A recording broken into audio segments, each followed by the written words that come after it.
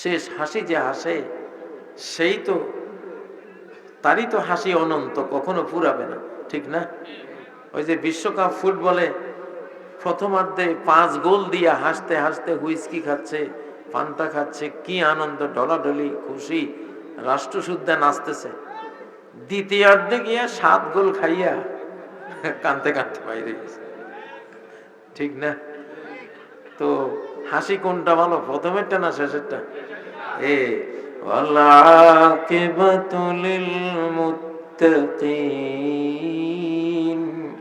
শেষ হাসি, শেষ পরিণতি, সুন্দর পরিণতি পেতে হলে তোমাকে আল্লাহওয়ালা হইতে হবে, মুত্তাকিদের কাতারে শামিল হতে হবে, ঠিক নয় কি?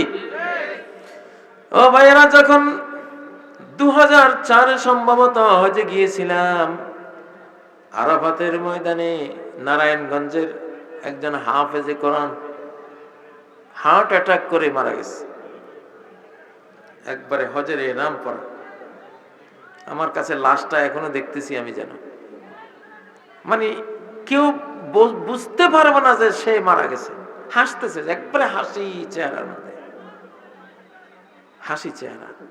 মৃত্যুর সময় যে সূর্যের মতো আলোকিত ফেরেশতারা আসে, অনেক সময় শহীদ হলে জান্নাতি হুরিরে আসে তাকে নেওয়ার জন্য। তো সে সুন্দর পরিণতি দেখে, তার জান্নাত দেখে সে হাসে। তো সৌদি একজন পুলিশ সেখানে ছিল, সৌদি পুলিশ আমারে বলল, হুজুর, এই মরণটা যদি আমি মরতে পারতাম। এটা তা আপনার দেশের মানুষ, বাংলাদেশের, কিন্তু তা আপনি তার চেহারা দেখেন, কি উজ্জ্বল আর কি হাসি হাসতেছে সে। শেষ হাসির রেখা ফুটিয়ে দুনিয়া থেকে গেল। আল্লাহু আকবার। আজকের মানুষ মৃত্যুকে ভয় পায়, কি হবে না হবে, কত টেনশন করে, ঠিক না? হ্যাঁ, কিন্তু আসলে এই কোরআন তো সেই জায়গারও চিকিৎসা দিয়েছে, সেবা দিয়েছে।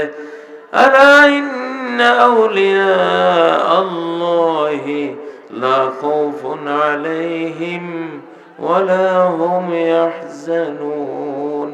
যারা আল্লাহর বন্ধু হয়ে যায়, কোরআনওয়ালা হয়ে যায়, তাদের কোনো ভয় নাই, কোনো টেনশন নাই। দুশ্চিন্তার রেখা ফুটিয়ে দুনিয়া থেকে যাবে না, বরং হাসির রেখা ফুটিয়ে দুনিয়া থেকে যাবে। ও ভাইরা, তাহলে এই কোরআনের সব সমস্যার সমাধান আছে না নাই? আপনারা কেউ জামাত করেন, কেউ বিএনপি করেন, কেউ জাতীয় পার্টি করেন, কেউ আওয়ামী লীগ করেন, কেউ বা রাম বাম কত দল করেন, আছে না নাই? আছে না নাই? কেউ খেলাফত মজলিস, কেউ বা অন্য কিছু। আপনি যে যাই হন, একটা তো জিনিস, দুইটা জিনিস, তিনটা জিনিস কমন, যে আপনি একজন মুসলিম। আপনি কি একজন মুসলিম। আর একটা জিনিস কমন, আপনি একজন বাংলাদেশি। আপনি কি একজন বাংলাদেশি। আর একটা জিনিস কমন, আপনি একজন বাংলা ভাষী। তাহলে আপনি মুসলিম, আপনি বাংলাদেশি, আপনি বাংলা ভাষী। যারা যেই দলই করেন না কেন, যে রাজনীতি করেন, সবাই তো এই তিনটা বৈশিষ্ট্য বহন করেন, ঠিক না? আল্লাহর কোরআনে আপনাদের ব্যাপারে কি বলছেন? ইন্নামাল মুমিনুনা ইখওয়া। যারা কালেমায়ে তাইয়্যিবা মুখে নিয়েছে, অন্তরে নিয়েছে, তারা একে অপরের ভাই ছাড়া আর কোনো পরিচয় তাদের নাই। পরিচয় একটাই, যে তারা তাদের প্রত্যেকের ভাই। ভাই মানে কি? তার জন্য কত সহমর্মিতা, তার জন্য কত সমবেদনা, তার জন্য একটা ভালো কিছু ছাওয়া পাওয়া অন্তরে উদ্রেক হয়। ভাই কইয়া ডাক দিলে মানুষের অন্তরে একটা মন নরম হয় না? ভাইরে কইয়া ডাক দিলে মনটা গলে না? তাহলে বাংলাদেশ আজকে যেই হানাহানির দিকে যাচ্ছে, এই হানাহানিতে গেলে ভাইয়েরা, বিদেশিরা বাংলাদেশ লইয়া যাইব। একবার নবাব সিরাজ আর মির্জাফরে হানাহানি কইরা 200 বছরের জন্য বিদেশিরা দেশ নিয়ে গেছে। নিছিল কিনা? সেই পরিণতি আবারও তো হইতে পারে, যদি এই এখন 2024 পরবর্তী পৃথিবী ভয়ঙ্কর এক পৃথিবী। কোন আন্তর্জাতিক আইন কানুন নিরাপত্তা কিচ্ছু নাই এখন। যার শক্তি আছে তার দেশ আছে, জোর যার মুল্লুক তার, ঠিক না? জোর যার মুল্লুক তার। পৃথিবী আবার এই অবস্থায় চলে গেছে এখন। অতএব এই সময়ে ভ্রাতৃত্ব, ঐক্য এগুলি বজায় না রাখলে কারোই অস্তিত্ব থাকবে না। থাকবে? ও ভাইয়েরা, বিদেশিদের হাতে দেশটা চলে যাবে। সেজন্য দেখেন আল্লাহর কোরআনে প্রত্যেকটা পয়েন্টে পয়েন্টে সমাধান আল্লাহ দিয়ে রাখছেন। আমাদের পেট বড় হয়, এখন অধিকাংশ মানুষের পেট বড়, ঠিক না? আমি আলহামদুলিল্লাহ পেট কন্ট্রোল করি। এক সময় একবারে কোনো সমস্যাই ছিল না, কিন্তু 2 বছর জেল, 2 বছর বিদেশে থাইকা একটু সমস্যা হয়েছিল, হ্যাঁ আবার সমান করে দিছি। কারণ কি? সমাধান কোরআনে আছে না নাই? হাদিসে আছে না নাই? আল্লাহ নবী ওনার পেটটা ছিল বিশ্ব পেটের মডেল, সারা বিশ্বে পেটের মডেল ছিল মহানবী সাল্লাল্লাহু আলাইহি ওয়াসাল্লাম। কেমন ছিল? সাওয়াউল বাতনি ওয়াস সাদরি। ওনার বুকটা যেমন যেটুকু উঁচু, পেটটা ওইটুকু। বুকের চেয়ে পেট উঁচু ছিল না, বুক আর পেট এক সমান ছিল। এটা হলো মডেল পেট। এটা কি? পেটের তো মডেল আছে, ঠিক না? পেটটা বড় হওয়ার অর্থ কি? আপনার আঁতের ভিতরে গাঁত জমছে, ময়লা জমছে, ময়লা জমে ফুলে রয়েছে। আপনি কিছু না খাইলেও ফুলা, খাইলেও ফুলা।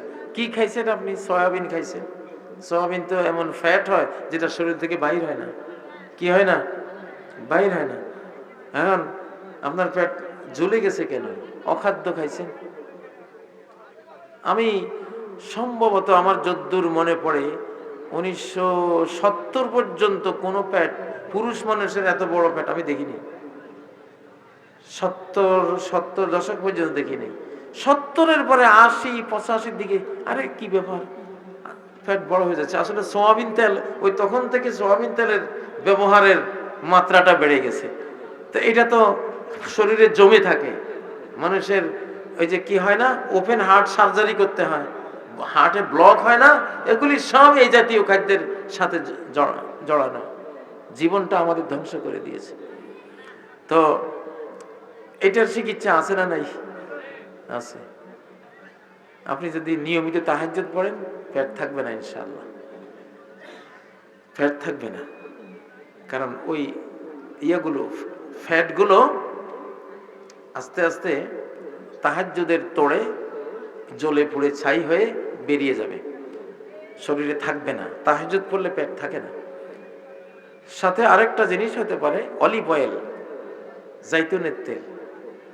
জাইতুনের তেল এটাও মানুষের দেহের ভিতরের গাঁত বাহির করে দেয়। আমি কোন সময় জাইতুনের তেলের ওয়াজ করছিলাম, এখন দেখি জাইতুনের তেল যারা বিক্রি করে ওরা অ্যাড হিসেবে দেয় এটা। বুঝেন না? হ্যাঁ, জাইতুনের তেল হলো অন্য তেলের পার সেকেন্ড কম্পন ক্ষমতা হলো 60 বার, আর জাইতুনের তেলের কম্পন ক্ষমতা হলো 360 বার। এত বড় পাওয়ারফুল অয়েল, এবং এটা ময়লা সাফ করে। আমরা টেলিভিশনে গেলে যখন ওই মেকআপ করতো, মেকআপ আমি করি নাই কোনো সময়, অন্যান্য লোকেরা করতে দেখতাম। তো বক্তৃতার শেষে টিভি থেকে বাইরে হওয়ার আগে অলিভ অয়েল দিয়ে মুখ করতো, মানে যে মেকআপটা দিছে অলিভ অয়েল ওইটা কাইটা দেয়। তো অলিভ অয়েলের মধ্যে চর্বি কাটার একটা আল্লাহ তাআলা গুণ রেখেছেন, ওইটা ব্যবহার করবেন ইনশাআল্লাহ। সরিষার তেলেও আছে, বাংলাদেশের যে সরিষার তেল এটা ঔষধ, কিন্তু এই যে সাদা তেলটা এটা হোয়াইট পয়জন, সাদা বিষ। সাদা চিনি, সাদা চাল, সাদা তেলে 3 সাদা, তিনটাই বিষ। তিনটাই কি? বিষ। জার্মানি ডাক্তাররা বলেন, আপনি যদি আমাকে গ্যারান্টি দেন যে সাদা চিনি খাবেন না, আমি গ্যারান্টি দেব আপনার ক্যান্সার হবে না। তাহলে কি ভয়াবহ অবস্থা। তো যাই হোক, কেউ যদি তাহাজ্জুদ পড়ে, কারণ কি আপনি যে রাত্রে খেলেন এটা শক্তিতে উৎপন্ন হয়, এনার্জি দিতে শুরু করে রাত 2টা 2:30টার দিকে। ওই সময় ঘুমিয়ে থাকলে শক্তিটা ব্যয় না হয়ে এটা ফ্যাট হইয়া শরীরে জমাট বাঁধে। আর যদি দাঁড়ায় যান, ওযু করেন, একটু তেলাওয়াত করেন, রুকু করেন, সেজদা করেন, পরিশ্রমে আছেন, তাহলে এনার্জি জন্ম হচ্ছে, এনার্জি দিচ্ছে, সেটা আবার ব্যয় হয়ে চলে যাচ্ছে, শরীরে জমা হওয়ার সুযোগ নাই। আল্লাহর নবী বলেন তাহাজ্জুদের নামাজ সর্বরোগের একটা শেফা, সর্বরোগের শেফা। আলাইকুম বিকিয়ামিল লাইলি, রাতের নামাজকে নিজের জীবনের অঙ্গ বানাইয়া নাও। ফাইন্নাহু দাবুস সালিহিনা ক্বাবলাকুম, তোমাদের আগে যত আল্লাহর ওলিয়া ওলিয়া দুনিয়া থেকে গেছে সবার অভ্যাস ছিল শেষ রাতে তাহাজ্জুদ পড়া, রাত্রে জাগরণ করা।